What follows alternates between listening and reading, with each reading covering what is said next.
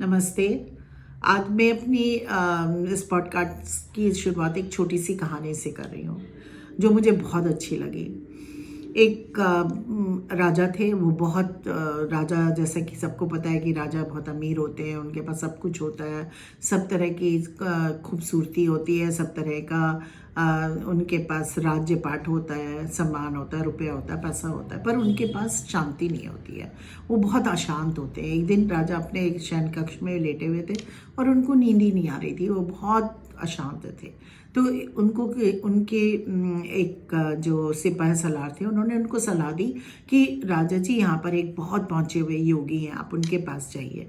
आपको वहाँ पे आपको एक अच्छे से सलाह देंगे, आपको वो शिक्षा दीक्षा देंगे, जिससे कि आपको एक अच्छी शांति मिलेगी और आपको आपका जीवन अच्छे से चलेगा। तो उन्होंने मानी उनकी और उन गुरुजी के पास गए।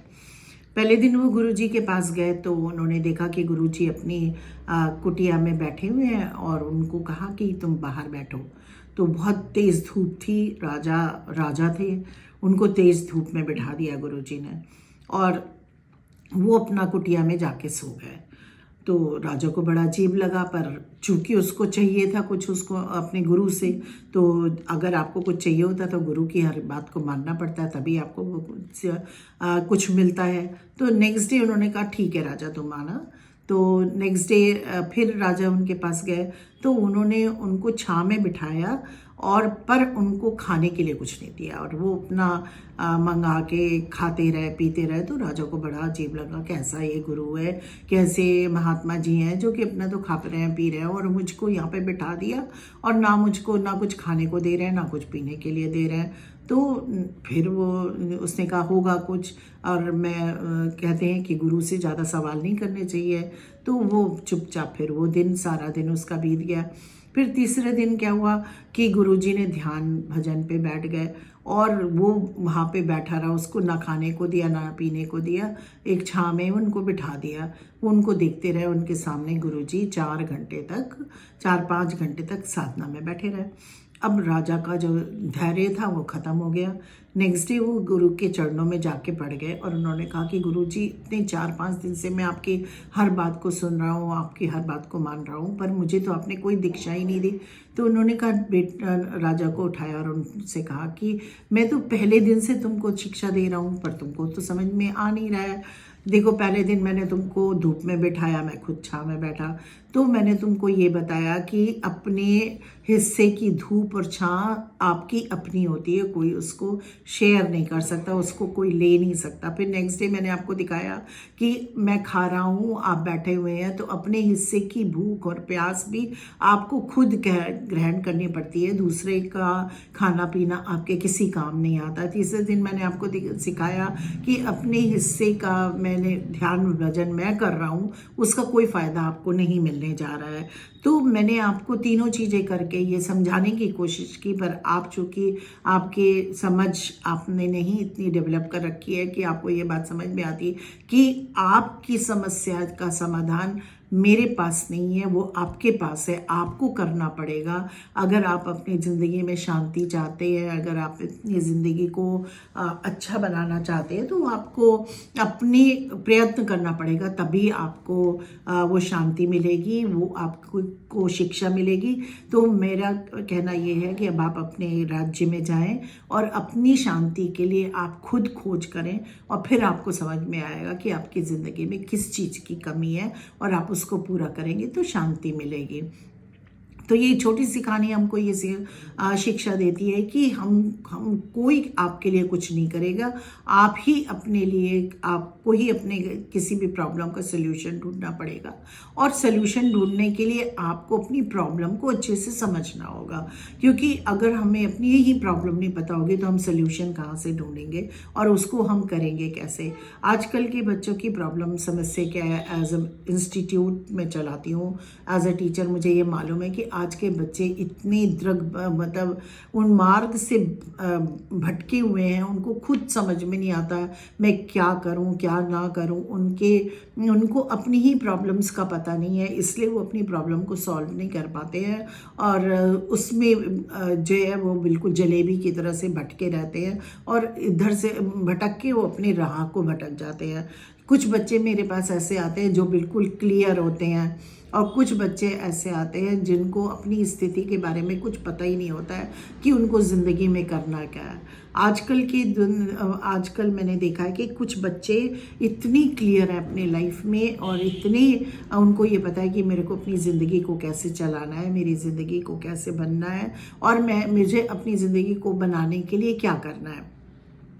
और एक बात जो मेरी अपनी ज़िंदगी का एक निचोड़ है वो ये है कि खुदा खुद यहाँ धरती पे नहीं आता आपको कुछ भी बताने के लिए।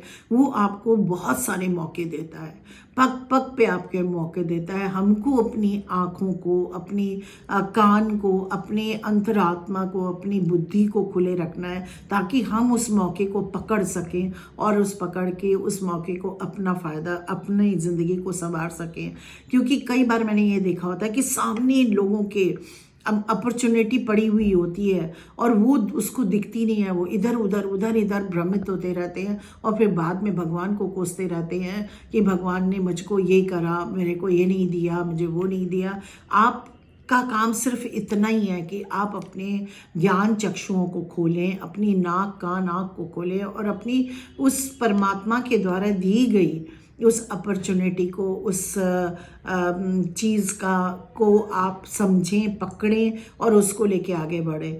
तो एक छोटी सी बात कह के मैं अपनी बात को ख़त्म करना चाहूँगी कि कई बार ऐसा होता है, एक व्यक्ति मुझे मिले, उन्होंने CPMT में बड़ी मुश्किल से मेडिकल कॉलेज में सिलेक्शन होता है, CPMT में सिलेक्शन होता है, उन्होंने सिलेक्शन हो गया और उसके बाद मेडिकल कॉलेज गए तो एनाटमी रूम में गए तो कैडेवर रखे हुए थे, लाशें रखी हुई थी जिनका डिसेक्शन करना था। उसको देख करके वो एकदम घबरा गए और उन्होंने वो मेडिकल कॉलेज छोड़ दिया और उन्होंने CPMT मतलब मेडिकल कॉलेज को छोड़ दिया और अपनी, चूँकि उनको थोड़ा कलात्मक चीज़ें पता थी और उसमें घुस गए और उसके बाद में उनकी ज़िंदगी का ये हाल हो गया कि 500 रुपये के पीछे वो लोगों के पीछे दौड़ना शुरू करा। तो लोग अपने सामने आई अपॉर्चुनिटी को ना पहचानते हैं, ना पकड़ते हैं, ना ही उसका कोई फ़ायदा उठाते हैं। कई बार ऐसा होता है क्योंकि भगवान आपको, मैं ये बात समझने वाली है कि कोई भी ईश्वर आपके सामने ला के अपॉर्चुनिटी ये नहीं कहेगा कि लो बेटा तुम्हारे हाथ में ये दे रहा हूँ। वो आपके सामने अपॉर्चुनिटी लाता है, आपको बताता है कि ये इससे आपकी अपनी ज़िंदगी बहुत अच्छी हो सकती है, पर आपको चुनना है कि आपको क्या करना है और आपको अपनी उस अपॉर्चुनिटी के बारे में पता होना चाहिए कि मेरे को क्या करना है और क्या नहीं करना है।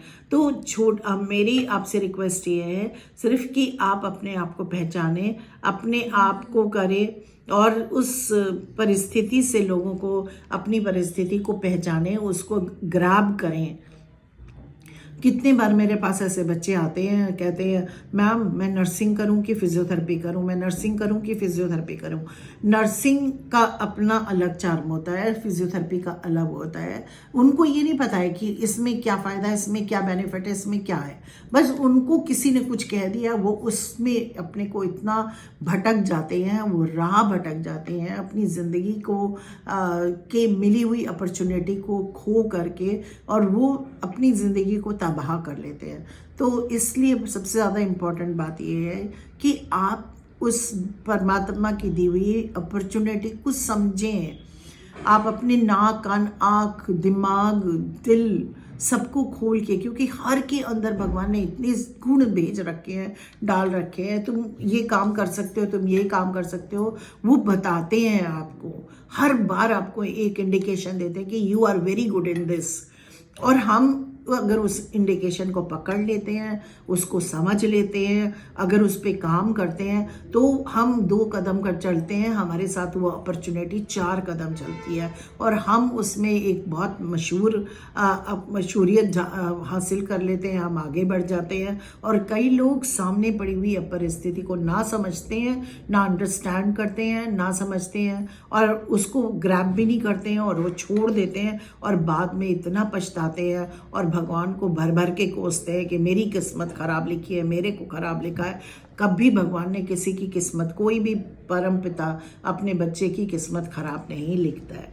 हम फिजिकल पेरेंट्स अपने बच्चों को दिखा देते हैं मार्ग, और जो हमारे परम पिता भगवान है वो हमारे मार्ग में लाते हैं, अच्छी अच्छी अपॉर्चुनिटीज़ लाते हैं, पर हम खुद ही नहीं समझ पाते हैं कि ये परिस्थिति मेरे लिए बहुत अच्छी है, इसको ग्रैब कर लें। और अगर हम जो समझ जाते हैं वो अपनी ज़िंदगी बना लेते हैं। तो मेरा सिर्फ एक कहना ये है अपने बच्चों से भी और दुनिया में और बच्चे जो भी अगर कोई सुन रहे हैं मेरी इस बात को, कि जो आई हुई परिस्थितियाँ हैं उनको समझो, उसको पकड़ो और उसके ऊपर चल कर उस अपने आप को इम्प्रूव करो। और हार्ड वर्क तो करना ही पड़ेगा, हार्ड वर्क का कभी कोई सब्स्टिट्यूट हुआ ही नहीं है।